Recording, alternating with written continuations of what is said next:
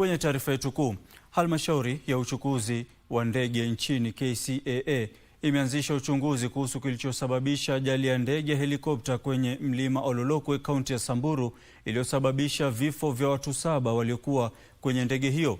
Ikithibitisha ajali hiyo, halmashauri hiyo ya KCAA ilisema ajali hiyo ilihusisha helikopta aina ya Eurocopter EC-130B4 nambari ya usajili 5YGYM.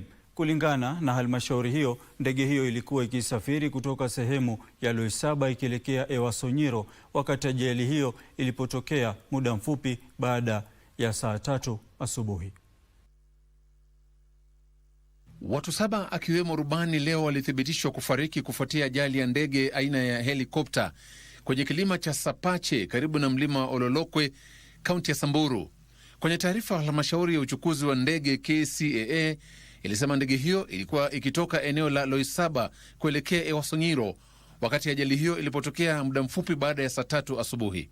Halmashauri ya KCAA imesema wizara ya barabara na uchukuzi pamoja na idara ya kuchunguza ajali za ndege zimeanzisha uchunguzi kubainisha kilichosababisha ajali hiyo.